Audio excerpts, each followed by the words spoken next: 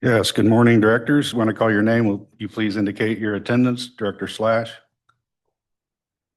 Director Fagan, Director Wilson. Present. Mr. Chair, we have a quorum. Outstanding. All right, so we got a couple of things on the agenda this morning, so hopefully it won't take up too much of your time.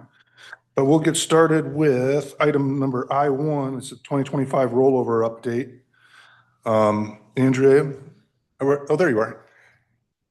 So Adrian, just FYI for you, we do this is kind of pro forma. We do this every year, just rolling over stuff that's encumbered but hasn't been invoiced yet. So Andrea will walk us through it. Good morning, board members and executive team. Andrea Carocha, budget manager, and this is an information item that serves as a preview of the action item that is going to be presented at the board meeting next week for the transfer in appropriations and carry forward of outstanding encumbrances for fiscal year 2025. So this is a process that we do every year.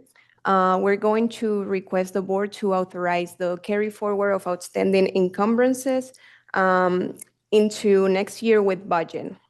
So these outstanding encumbrances are for ongoing projects, services, and items that we don't expect to be received by the end of the year. Therefore, we need to roll them forward with budget. So then next year, the expense comes out of the 2025 appropriations and preserving the 2026 budget. There will be a resolution where the board will vote on next week for this transfer in appropriations and the carry forward of outstanding encumbrances. And the transfer is going to be within the operating budget from the personal services category into other services and charges in the amount of $3 million.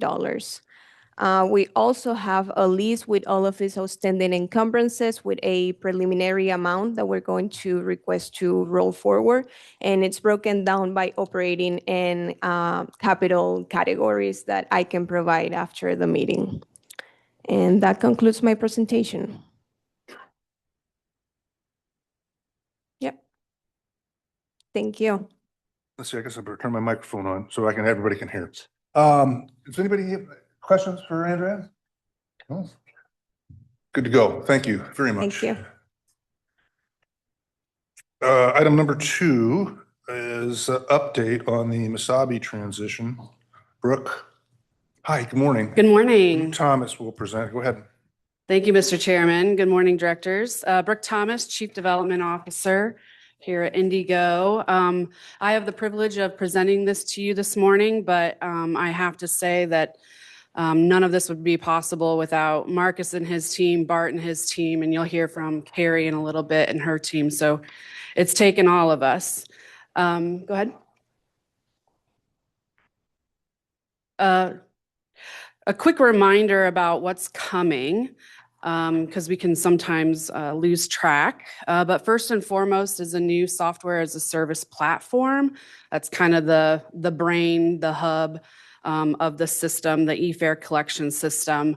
We'll get an upgrade to our MyKey mobile app. It'll still look like IndyGo's MyKey app, but it'll be new and improved. And then equipment. We're keeping our ticket vending machines so we can keep off-board fare collection at the platforms and at the transit center, but we're getting new validators. So the devices that people tap or scan their phone. Thought that for the Finance Committee, we've moved away from we're going to move away from having the platform validators to putting all of the validators on board the bus. So that'll be every door on the BRT vehicles. We think that'll benefit us in a number of ways, but wanted to share with you that just that move alone, we saved $250,000 in this equipment upgrade. We could get more onboard validators from less than the platform validators. We also think that this move should also help with fare inspection and enforcement activities, because now the operators will see people interacting with the fare validators. A little bit about the timeline. it's been long. It's been a long road. Believe it or not, the decision to recommend to you all that we move forward with this transition with a new e-fare collection system kind of took hold in March of 2023. We spent a lot of time doing due diligence. A lot has changed since we went out to bid in 2018, and we wanted to understand what was out there and what was going to be best for IndyGo. And we weren't just going to sit through demos. Several folks from our staff went to other cities, some of them on their own, right? You're on vacation, you can't help but go ride transit, right? But go and actually ride as if you're a rider, talk to operators as if you're a rider, just to see how all of it works. That gave us a great deal of confidence. We're working with a little bit of a abbreviated timeline to stand up this new technology platform and install the new equipment, but really happy to report that we're on schedule for our current launch date on July 1. We're referencing the vendor's detailed work breakdown schedule, and Marcus and his team are putting some of those other components that are just specific to IndyGo right alongside those details. February through June will be kind of the most intensive period. There'll be marketing along with our contract with Masabi. They have an entire kind of, I'll say, marketing division or marketing arm to help increase the capacity of Carrie and her team. They're ready to go out and market this upgrade, but we have additional resources, additional capacity in the Masabi team. Lots of testing, lots of training. Again, Masabi has training. They'll be taking staff through it. We're doing this in phases. Go ahead. The first phase is kind of now.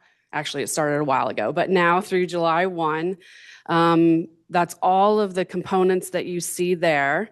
Those are the things that we believe we need to have on day one, right? So turn off the Flowbird system, turn on the Masabi system. And then after that, we'll have the potential to then focus on new things, introducing new things to the community. So that's the tap to pay or pay as you go with your debit or your credit card. And then the income network. Something that took me a little while to understand or appreciate, because they've been talking about a retail portal, and then also there's this income network. We get both if we want. So the retail portal is, imagine you're at the library. The library has their own point of sale system. They can accept payment on our behalf through this retail portal and help people get their transit access. The income network, we've talked to you before because we tried it under the Flowbird setup, and that's where you can go to like CVS or Walgreens and top up your card. But we have the potential to have both. What's currently in progress, I mentioned earlier that the technology has come a long way since 2018, and so has IndyGo. We'd like to think that we're raising the bar internally. So this design and development, that's the configuration of Masabi's out-of-the-box system to correspond with IndyGo specific things like our new fare policy, our brand guidelines, and then how our internal work processes flow. The IT department is putting together a detailed communications plan by deliverable. So this is for internal communications. And then I imagine communications plans for any partners that want to use the system going forward. But all of this is to get everybody on the same page and keep us together and keep everybody informed.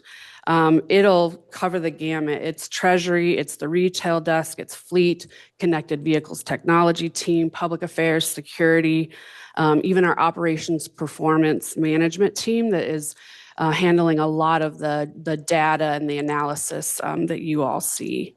Then there's also going to be a primary standard operating procedure. That'll be a centralized guide. We're going to use it for consistency, quality, compliance. There's some compliance, right, that comes along with taking people's money. We want to make sure that everybody's performing tasks the same way every time, promoting efficiency and accuracy. There'll also be detailed step-by-step instructions on how to perform those routine tasks. It'll include the, what to do, how to do it, but also the why. I think, with the first rollout, maybe we lost track of like why something is the way that it is, and you lose that over time. This will also be kind of just staff's best agreed upon way to reduce errors, manage the risks, train staff, and then capture and preserve all of this institutional knowledge that we're creating around this old new system. Some of us have to unlearn, right, the current system. Other people are new to IndyGo, so they're a blank slate. Really excited to share this. I think it's a good segue to some of what Carrie's going to share, the customer experience. There will be several key improvements that are in addition to the capacities of the system compared to our current system. Like I've mentioned tap to pay. We've known that was coming. We've made changes to how, or we will make changes to how weekly fare capping works. You may recall that under the Flowbird system, you had to be a registered user of the system. You had to identify yourself. We had to know who you were to benefit from weekly fare capping. It is going to be automatic for everyone. You no longer have to register, even folks that use their debit and credit card. Daily and weekly fare capping will be automatically applied to everyone. Another enhancement or upgrade to weekly fare capping is under the Flowbird system, we had to define a transit week, both a transit day and a transit week. The transit week started on Monday, ended on Sunday. You might remember, right, we had a whole chart about how this fare capping works. The idea around that transit week was that we wanted you to pay to ride during the week going to and from work and then benefit from free rides on the weekend, right? Under the Masabi system, it is designed to be automatic best value. And what that means is every time somebody goes to ride, it is going to look back over the last 7 days, and if you qualify for a benefit, you get it. So no more transit week, it's automatic best value. There'll be more, yes. Can I ask a quick question before you get off this? So if I'm a tapped, so I got a credit card or a debit card, and I tap on Monday, and then on Tuesday, I use a different credit card. Yes. How is it going to start over again then? It will. It will. Yeah. So we'll have to use the same thing yes. every time. Okay, That's a great point. Yes, just like you do today. Right? To benefit from daily and weekly fare capping today, you have to use the same whatever. Right. That'll be true going forward. Okay, I just wanted to, and one other quick question. Yes. Going back to the validators, onboard validators, are they audible at all? I mean, Yes. if you tap it, it's going to make audible, lights. Got it. Good. That's right. All right. Thank you very much. And then there'll be more self-service options for our riders, for us, our sponsored rides program partners, community partners. We think this will help shift more of the responsibility of managing who's supposed to get this benefit from IndyGo staff kind of onto the school administrators or the employers when we stand up an employer program. That should greatly reduce how much time IndyGo staff spends kind of tracking individuals, if you will. That's one of the reasons that we couldn't necessarily scale our partners program, was just how labor intensive it was for staff. I think there's the potential to get paid earlier and more often using electronic passes with partners. Right now, we kind of do it once a year. We settle up with the schools at the end of the school year. Often it requires Bart and his team to have to say, yeah, this is a bump in revenue, but we got paid by the schools, right? And then we'll be able to scale our partnership program, which in turn should increase ridership and also then increase fare revenue. So I would typically include a slide with next steps. That proved extremely difficult because this is a highly iterative process. So please don't hesitate to refer to that timeline. Thank you for asking for an update today, Chairman. embarrassed we didn't think of it. But I'll conclude to say that on behalf of this entire army of people working on this, I'd be happy to answer any questions you have either now or following Chief Public Affairs Officer Carrie Black's presentation, because there's more to share. Thank you. You guys have anything for Brooke, or we just wait till we get to the end? Then, okay. Thank you. Brooke, you're the rock star, man. I thank you very much. I really appreciate all the work you're putting into this. Carrie, you want to tell us what's happening from your end? Yes, good morning, Director. So we're going to talk about the monumental efforts to get ready for new fares in 2026. And notice we're saying new fares, not higher fares, not fare increase, but new fares. So just a little bit of just kind of softening the blow a little bit. We can go to our first slide.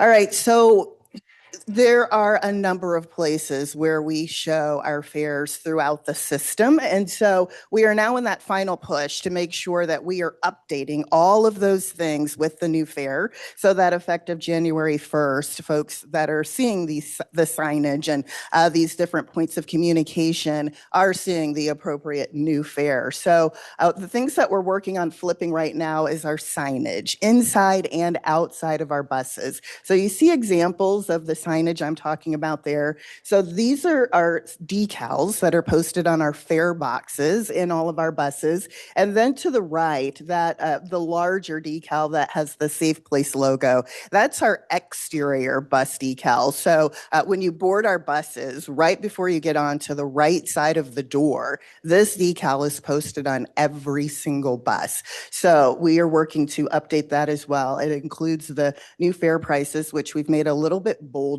And this was also a great opportunity for us to update some of the messaging on these decals as well, in terms of emphasizing you must pay to ride, and then different ways that you can pay, and then certainly reiterating my key. Hey, Carrie? Yes. Quick question. Is this something that you can also put on the screens that, the little monitor screens? Inside that roll the- the message, that roll the messages? Yes, the BRT buses? Yeah. Yes. Absolutely. And I'll show you what that signage looks like or Okay. what that messaging looks like here coming up. Next slide. And then this is a new sign, a new decal that we are adding just for more visibility, increased visibility. So this is a decal that's going to go at all of our BRT stations on the red and purple lines and at our super stops and at more than 80 of our high traffic bus shelters throughout Marion County. So this sticker is, just to give you an idea, this plate is about 12 inches wide and 18 inches high. And it will go on the glass, the plexiglass, or what we call the wind screens on all of those shelters so that it will be highly visible. And again, a point of reference for our riders when they walk onto those the shelters or the platforms, again, what the new fare is. And then also some of that additional messaging that you see as well. Hey, Carrie? Sure. When do you expect to deploy all this? Those are in the works. So the printing is happening as we speak. And then we have a company that's going to install all of these for us and have them up and ready to go by December 31st. Thank you. You're welcome. And then on this next slide, you'll see another piece of new signage that we're adding. This is an interior bus card. So you're familiar with those cards that are in the buses up on the upper deck. So this will be one that we will add to every single bus.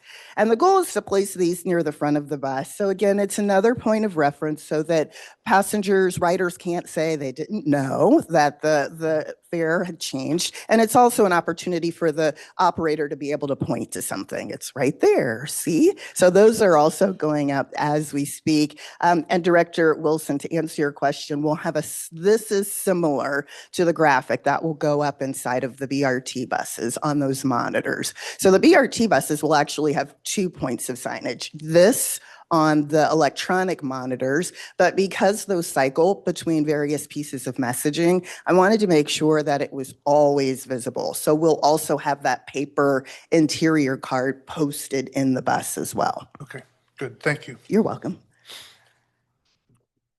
And then in addition to the signage, there are so many other places where our fare is posted, which is great, but it also means that we have to flip those pieces of communication as well. So that includes all of our route maps are being reprinted and will be restocked by January 1st. That includes our website, and we did a search and we were able to find every single place where the fare is mentioned and update that. And this is an example of what we did. So this has already been changed out.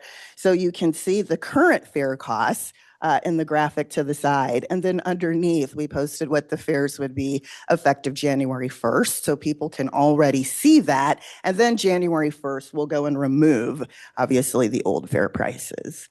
On top of the website, we've also updated the rider code of conduct, the rider guidelines, and real-time monitors. So we're working to add messaging to those real-time monitors at all of our BRT platforms, again, for another point of reference. Can we do that? I'm sorry, do we not, try it again, Rick. Do we not have currently the capability to message on the BRT platforms other than the arrival and departure times of the coaches? I'm not sure what you're asking. In other places? No.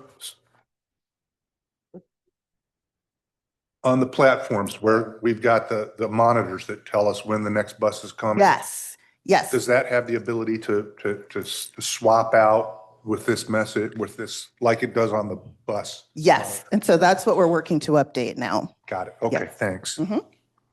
And then just a quick recap of the things that we said we would do at the start of this process that we have been doing and that are ongoing efforts. So continuing to share this information on social media. We've added audio announcements that are playing at the CTC, on our buses, and at our BRT station platforms at regular intervals. Print, radio, and digital paid advertising. We have a special web page that people are directed to through the QR codes in all of that advertising and in all of our signage and messaging. And then finally, we have what are called rack cards, but these are cards that are on thick card stock that we're able to hand out to riders at the CTC, again, with that information and with the QR code that takes them to more information. And then speaking of our outreach, that continues and has been tremendously successful. I don't know if you all have ridden lately and have had the opportunity to see a transit ambassador board the bus and share information, but I've had that opportunity and they're doing it with gusto. And their goal, our army of 25 to 30 ambassadors to ensure that no regular and perhaps even occasional rider can say that they were not aware that fares were changing in 2026 and what that fare would be. So we have touched more than 2,000 passengers, and that effort will continue through February. Open houses at the CTC, we've been having those twice a month. So that is where we have an ambassador set up outside, like those photos you see there with the signage, explaining the updates and talking about my key and fare capping and the ability to save if you use fare capping. So we've been able to touch several thousand riders through those as well. And then the digital and print signage on the buses that we mentioned. And then we have digital and print signage at the transit center as well. And that concludes my presentation, and I'm open for questions. Anybody have anything for Carrie? I got to tell you, this is pretty comprehensive. I can't imagine what the workflow chart on this looks like, but this is really impressive stuff, Carrie. I mean, this is really impressive stuff. Yeah. Thank you. Thank you. Appreciate it. Exceptional. I do have one final question that just popped into my head. You mentioned that let me go back and find that chart. You mentioned something about you had several avenues of paid print, radio, and digital advertising. Yes. Can you take a little bit deeper dive in that so I can understand? Was that like taking out ads in the IBJ and the Star on the radio, or how does that, what does that mean? Yes. So our modes of advertising, print advertising in the Indianapolis Recorder, print advertising. So we do advertising in a lot of local magazines. So that's the North Indy magazine for the Broad Ripple area, the Far East magazine for the Far East side, the Midtown magazine for obviously the Midtown section. And then a lot of our smaller weekly papers. So the Weekly View, the East Side Voice, the Urban Times. And then we do have some radio advertising going on Radio 1. So that's their full portfolio of radio stations, both Hispanic stations as well as their regular English stations. La Voz, so our Spanish Hispanic newspaper.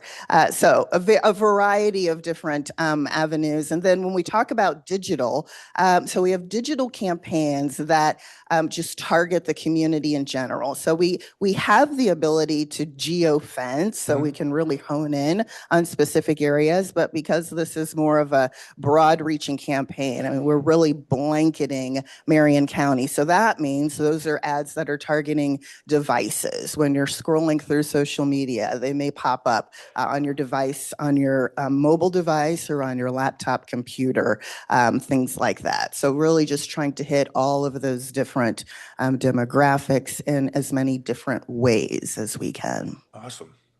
That's just fabulous. Okay. Hey, listen, Carrie, thanks for your hard work. I Thank just you. really appreciate it. This is good stuff. Awesome sauce. Okay, I think that's the last item on our agenda today. Do you mind if I interject something? Not at all. Please. So directors, I asked Director of Security Enforcement, Tony Craig, to come to, knowing that we were talking a lot about fair stuff and the new fairs that will be starting in January. If you have any questions about from an enforcement side or how we're going to be addressing it kind of on the street. I'd love to hear about that. Mr. Okay. Craig, can you tell us a little bit about what that looks like? Do you guys mind if we That's fine. ad hoc agenda item here? Okay. So I haven't met anyone. My name's Tony Craig. I'm the newer director of security here. So this is my first time. Be easy. I think so. It's green. Yep. Can you hear me? Yep. Okay. Basically, what I want to talk about is we want to make this simple. And what I mean by that is we want to recognize our ridership first and foremost. And I can easily say, I'm a policeman and you did this and you did it wrong and we're going to penalize or have consequences. I don't know that that is the approach that we should take. I think it's too aggressive at this point. This is the first fare increase that we have had in quite some time.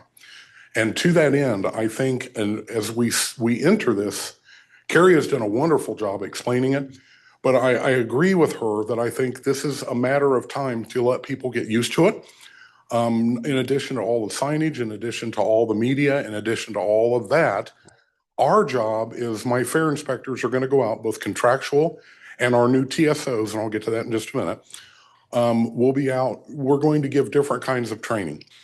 And what I mean by that is better interaction with the public, de-escalation training, a lot of additional security type training for our TSOs, and the ability to do two things. One, having the Masabi stuff on the bus is absolutely phenomenal for us because that gives them the opportunity to interact with the riders. I want them to know our security people. I want them to know our fare inspectors by name. I want them to interact with them every day, and I want them to be able to stand there and help them. That is my primary goal here. As far as enforcement is concerned, I want to make it as simple as possible. I want to take a couple, 3 months, work with Carrie, work with Jennifer, and come up. If we need to come up with an enforcement plan, we can do that. But to fine people, we can't do that without an ordinance. We would have to enact an ordinance. So I'm not prepared to take those kind of giant steps at this point. Do we ban people? What is an appropriate ban? I want to see how well the new technology and our new fare inspectors and TSOs do as we go forward.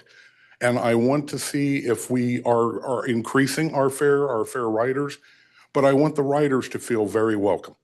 And I want them to come in, and if they have questions, I want our staff to be so well-versed. It's just a simple informational exchange every day, and we're there for them every day, moving throughout buses Scheduling, the TSOs, as far as the transit safety officers, this is something new to IndyGo. And what it boils down to is they are going to be a fare ambassador / security officer. So we accomplish two goals by having them on board. They are going to be trained to de-escalate, trained to help people, trained to get people medical attention, needs that they can help them with while they're on our buses. And if two passengers have a problem, for example, they can jump in and try to de-escalate that. And it makes hopefully our ridership feel more safer when they are on the buses. But their primary function is to make sure that each and every person is paying their fare. And if they can't, or if there's a problem, they can assist them with the technology and they can assist them in many other ways to get that taken care of for us. I can spend an hour up here talking about this topic. I really can. I have been engrossed in this since Aaron Vogel and I met several months ago. I am very excited about this. We bring 3 of our new TSOs on the 29th, 4th one on hopefully on January 5th, and then they will go through a great deal of extensive training, and we hope to have them out February, March, and get them out, get them active. As far as shifts are concerned, we want them out when the most activity is occurring, and we will adjust that as needed. Furthermore, my staff, in addition to some of the fare inspectors, will be doing fare blitzes. So we will be at the CTC and other places, even adding more time and effort to making sure that our ridership is comfortable and understands everything. And it's no longer cumbersome or a burden. It's a positive thing for everybody. So in short, there you are. In the interest of all of our times, if you have any questions, I'm happy to entertain them. Great. Anybody have a question? I've got a couple, but I'll let you guys go first this time. Well, I personally think that you gave great information, good foresight into where your plans are, and I can hear your passion in it. So I'm looking forward to seeing great things from that. So thank you for sharing with us. Thank you. So, it's Tony, you go by Tony or Anthony? Please. Tony?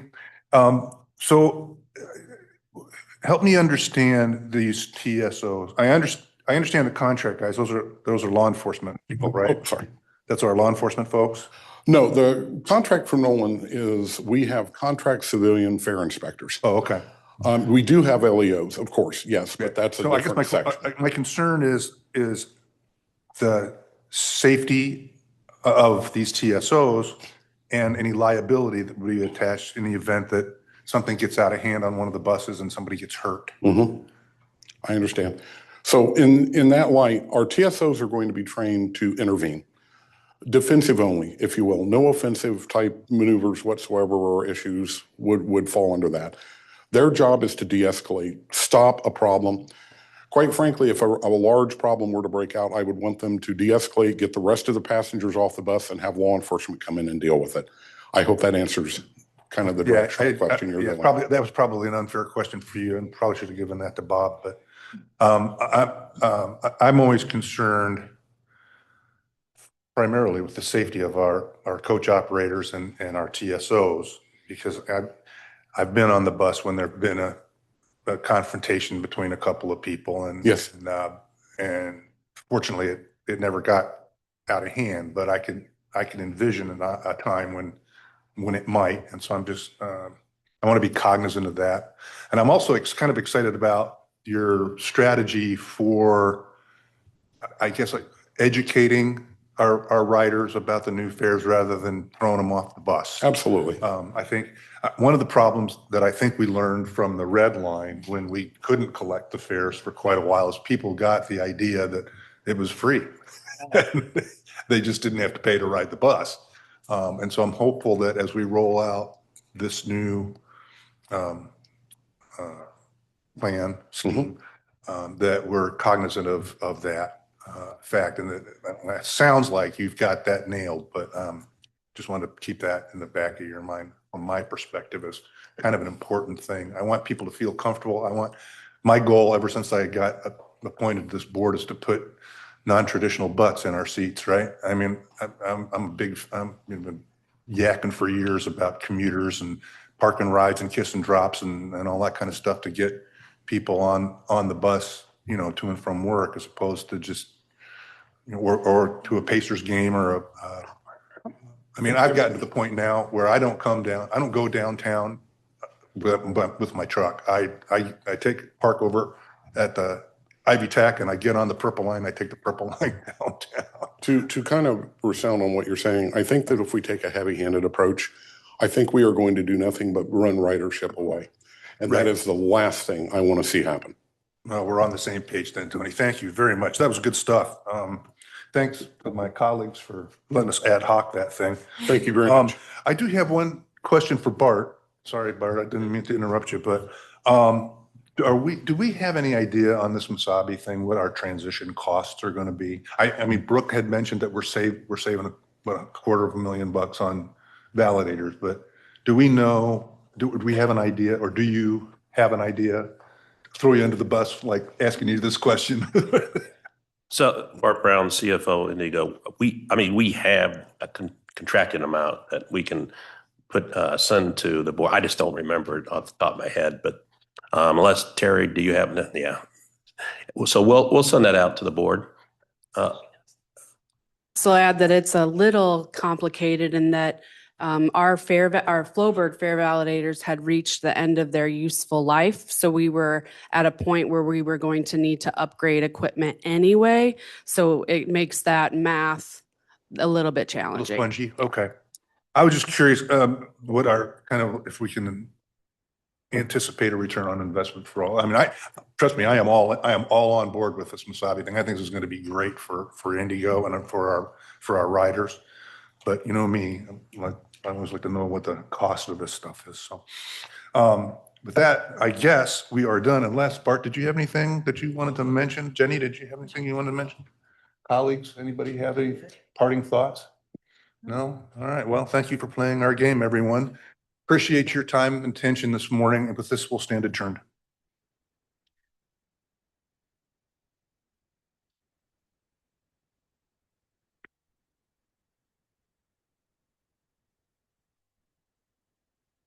Okay.